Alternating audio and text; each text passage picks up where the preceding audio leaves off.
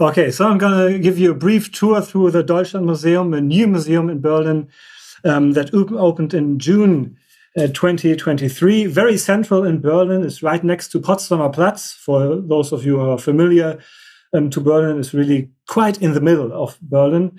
And this museum offers an immersive concept like there's hardly any other in Germany.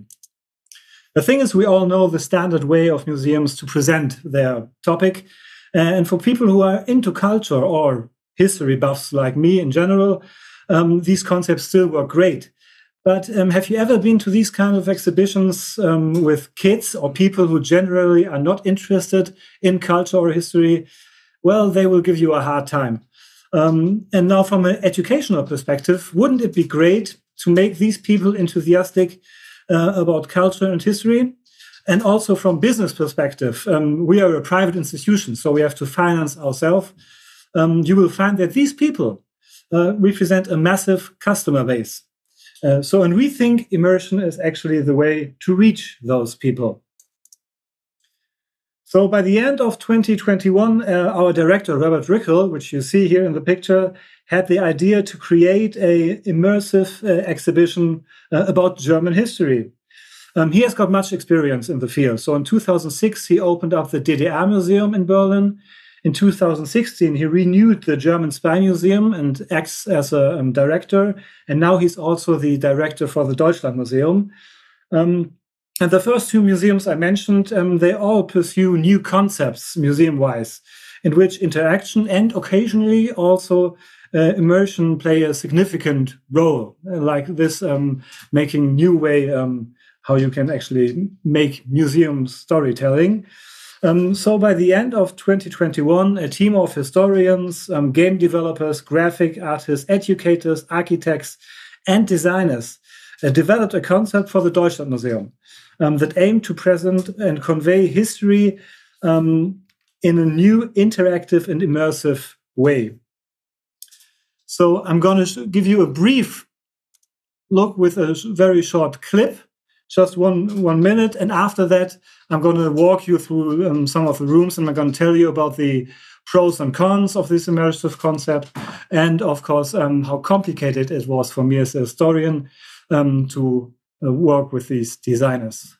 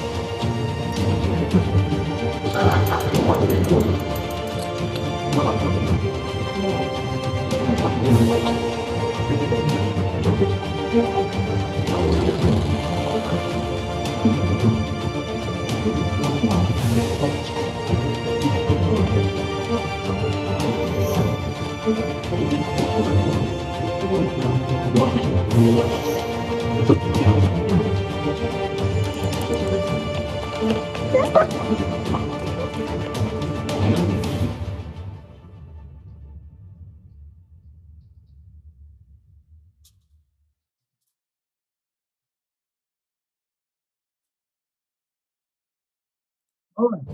I'll wait to make this around. Okay. So I hope the clip worked with you. It works fine. Thanks. Okay, perfect. Just to make sure that I wasn't staring at the screen for 1 minute and didn't talk or anything like this. So what you already saw is we're aiming for families, for tourists, and as I already said, for people who are not in touch with history so far. And we offer an entertaining way to experience history and to learn the most important developments in German history in about 1 or 1.5 hours. You can spend more time in the museum, but if you just want to make it quick, then you can actually really do this. And our aim is, of course, that the people afterwards started going to more in-depth exhibitions and museums, and because they experienced history can actually be fun and can be entertaining. By the way, from the feedback that we got so far, also the history buffs and the experts are amazed by the museum and have fun with it. So you don't need to be somebody who has got no clue, but there's nothing, we don't want the people, you don't need any pre-knowledge to actually visit the museum. You can start from scratch and you still learn something. So you see an overview right now from the 12 different divisions that we made, 12 epochs, which like characterize major important parts of German history, and every room is very, very different. We start 2,000 years ago. We cover 2,000 years of German history, starting in ancient times with the confrontations of Romans and Germanic tribes. So we recreated a Germanic forest where you actually can touch everything. You hear the sounds of the battle, and you see the projections on the wall of the Germanic warriors who are approaching the Roman soldiers, and you can also smell the forest. So we work with smell machines. So it's a 4D experience where you can actually move freely and immerse yourself with history. The whole exhibition covers a floor about 1,400 square meters. And of course, as you can already see, and you saw maybe a little bit in the movie, we have got a variety of innovative media technology to present the whole exhibition. Hidden within this immersive world are the installations which give you more information. Because that's one of the downsides of immersive worlds. You can't really put text on the wall or anything like this. It really it disrupts the whole immersive elements, as you can imagine. So you find a little bit hidden digital interactive quizzes, educational yet entertaining cartoons, or projected maps. And these are the three elements that you find in almost every room. So these are the key points where people can actually really get information from. I have to say at this point that 1/3 of the museum isn't immersive for a variety of reasons that I'm going to get into. The main reason was we wanted that the people recognize immediately, without a big sign or anything like this, that a new epoch is starting. And some of the epochs look too similar. This, for example, is the room after the forest for the early medieval times. And in the sketches, it looked a lot like the next room that I'm going to show you later on about medieval times. So it would be really hard to distinguish for the visitors.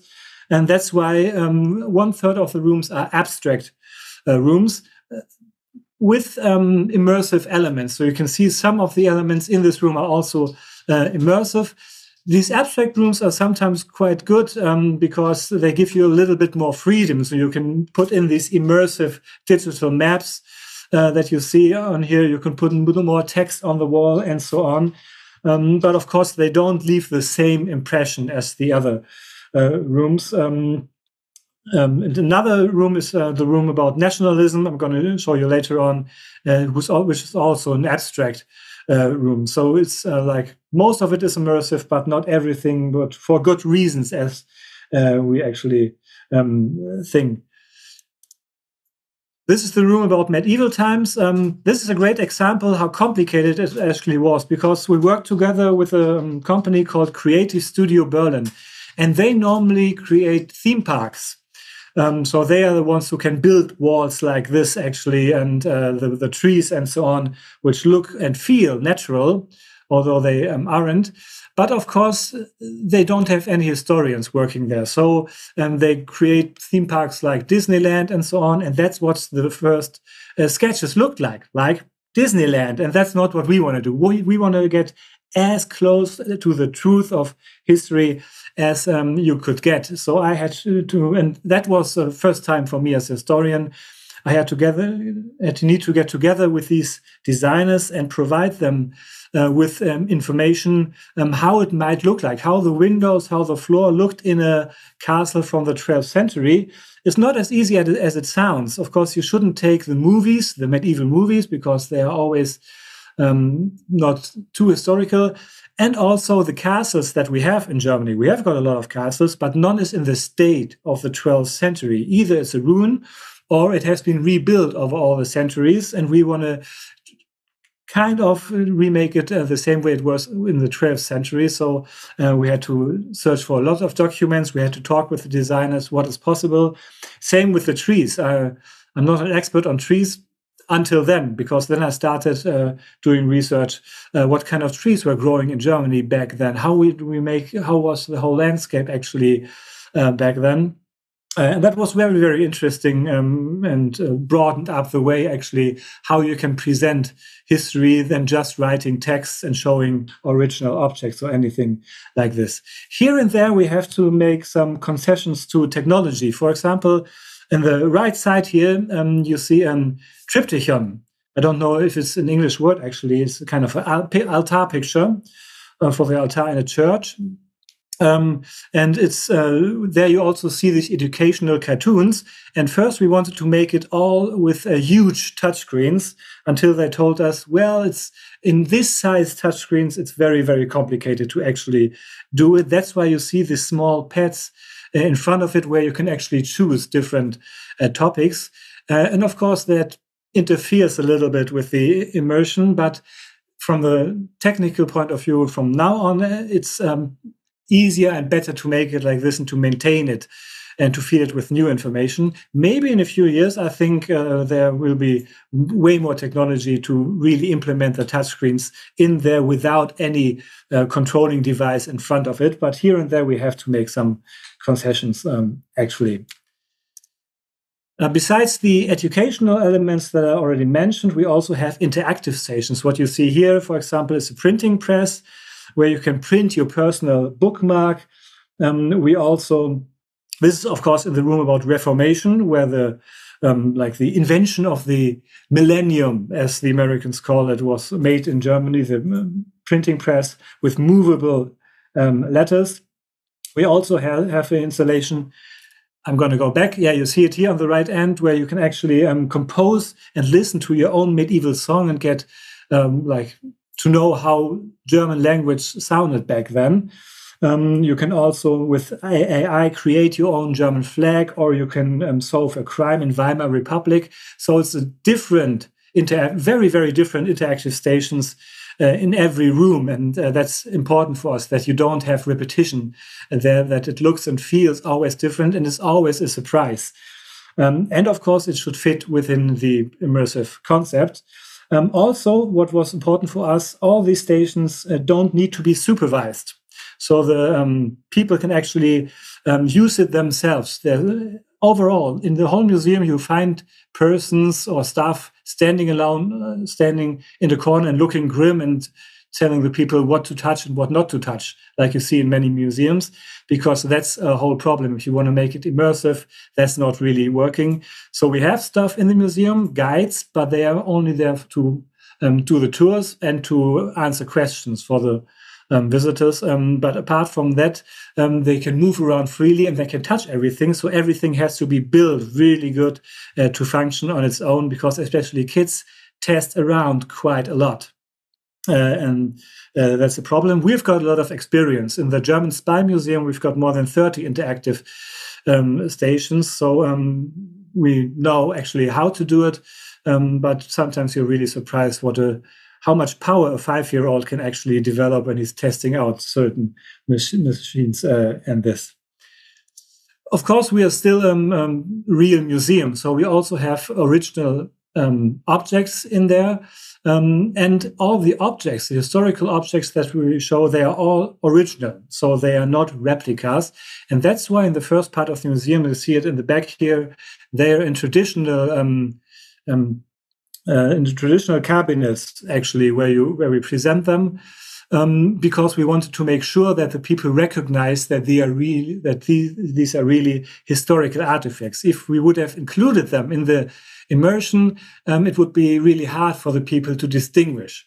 And we don't show too many objects because we put quality over quantity. So sometimes you go in museums who've got great collections and you see a whole cabinet with 20 exciting swords, but of course you don't read all the text for all the swords. So you maybe miss the one with the most exciting story. So for us, we'd rather put the one object with the exciting story to surprise all people to get them introduced to a certain historical fact, and they are like in all the museum. Although, I'm going to come to that in a second, we later loosen up the concept of the cabinets a little bit. So one of the highlights of the museum is the World War I trench, where you actually feel the vibrations of the explosions, you experience the narrowness of these spaces.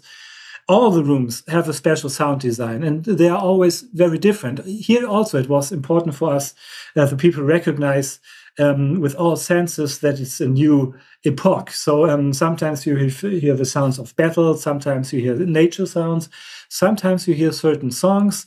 And here, of course, you hear detonations, and you feel the detonations that you can that when you're walking through the trenches, and you see in this example that actually we start losing up the cabinets. So the cabinets kind of part of this ammunition chamber that we created here, where the ammunition is actually stored, and in the Weimar Republic, then we don't have any traditional cabinets anymore. The Weimar Republic, you walk through a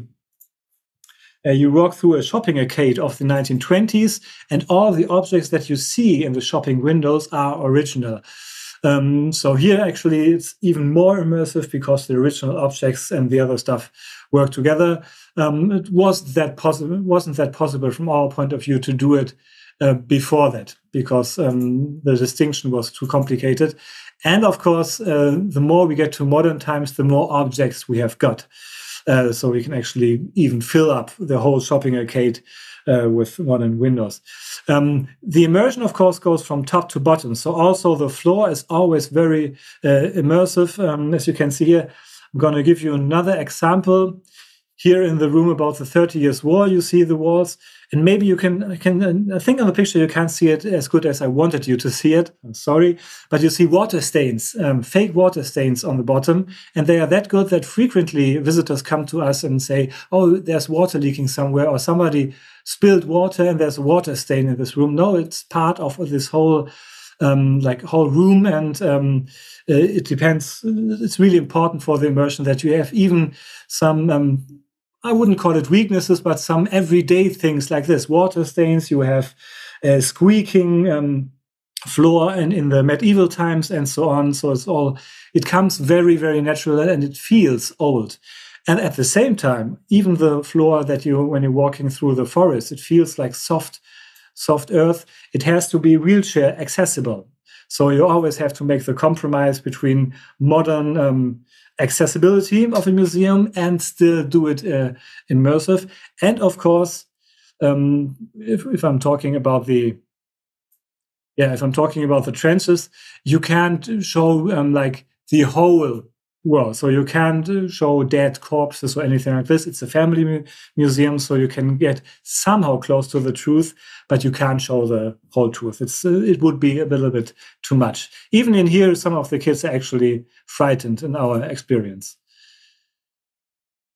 So I already mentioned not everything is immersive, and this is another example, the part of nationalism, the darkest time of German history. And we don't have any fun interactive games in this room. This part is way too serious to rebuild a concentration camp or anything disgusting as this. So this is a room which gives you a very, very depressing atmosphere and uses minimal text and minimal objects, actually, just to make it very clear to all persons who are in there. This is the darkest time of Germany. So immersions, the education concept has to be kind of sensitive to that. You can't put everything into immersive elements. Sometimes the story is too serious to do it fully. And then in one of the last rooms of the museum, the time after the war, would say that this is the room which is the most 100% immersive, because in here everything is original. In the Weimar Republic, we were quite close but we rebuilt the shopping arcade and the objects are original. When we get to the to the flat that we walked through from the 1950s and 1960s, everything in there is original, and you can touch everything. So you can open the drawers, you can use the telephone, you can sit everywhere and so on. So this is really immersive concept with original historical objects that I think is done like almost nowhere else, without any signs telling you, oh, don't do that or anything like this. So that was really important. And history comes to life here. We get the biggest compliment in this room actually when the old people turn to us and say, I feel like I'm standing in my childhood, and they're telling their kids how it was back then and so on. So this works really, really great from an educational point of view. And in the last room, it transports the visitors back to the modern times in an original design subway. And here we made the most about the concept to use very little text. You only have an introductional text, and then you have only screens showing you the reunification and the development of Berlin and of Germany, only with video screens. On one hand, of course, it's interesting for us to test out how much you can do with little text. And on the other hand, we can update this, because this is the part about contemporary Germany where we have to be able to update it, because German history is, of course, not finished. Okay, so that was the quick walkthrough. I hope you get an impression how it actually worked. Wait a second. I'm trying to get back to the video screen. There you go. Okay. I'm back. Perfect. Okay. Thank you, Florian. Now we have another reason to go to Berlin. There are many reasons, yeah. Yeah, there were before, but even more now. We have a question here in the chat from Karin. Super interesting presentation. Thank you. In collaborating with the design team, how hard was it to negotiate between historical accuracy values and other considerations, such as design for fun, as well as economical and technological aspects? What are the different stakeholders What are the different stakeholders disappointed and or happy about regarding the end result? Two questions in one. At least two, that's right. So these are all very important points. And of course, you had to negotiate a lot. Because in the initial concept, of course, we as historians mainly and educators sometimes thought that we could do way more than was actually possible, because these designers knew very well what would work well or which would like kind of overload the whole experience and stuff like this. So we learned a lot from them.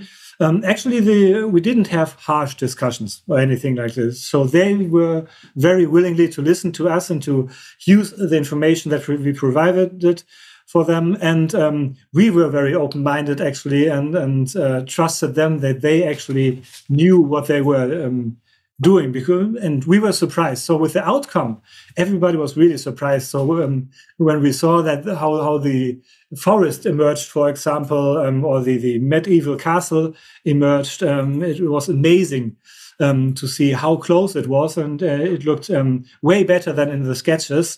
So in the end, with the outcomes, everybody is really very, very, very, very satisfied. We're still kind of working in the museum, so we still have got ideas to include into the immersion here and there some interactive games. So we're not completely done, of course. And of course, we get feedback from certain visitors who say, you could have done more in that direction. This part does not work right, because, as I said, we work with sometimes very little information on purpose, and see how little we can give the people and they still understand what's happening. And that's something that you only get to know when the people actually visit the museum, because you have to put it to practice. And so we are always making lists and still upgrading the museum and putting in new stuff and stuff like this. But actually, with the outcome, and from the feedback that we get from the visitors, everybody is really excited, and the love for the detail that we put in there and the designers in there, it's a very, very good outcome. But of course, I think it was also about the economical aspects. It wasn't cheap, to make it short. So to build something like this, there were some discussions where we wanted even to show a little bit of more interaction, and they said, this is going to get so expensive, you don't want to do this. But as I said, time moves on and technology stuff gets cheaper and more accessible. That's our experience with the German Spy Museum. So I think also there we can upgrade it from now and then. I hope that answers the question somehow. Yeah, thank you very much. And thank you, Karin, for asking these questions. Thank you very much, Florian. We're happy to have you here. You're welcome.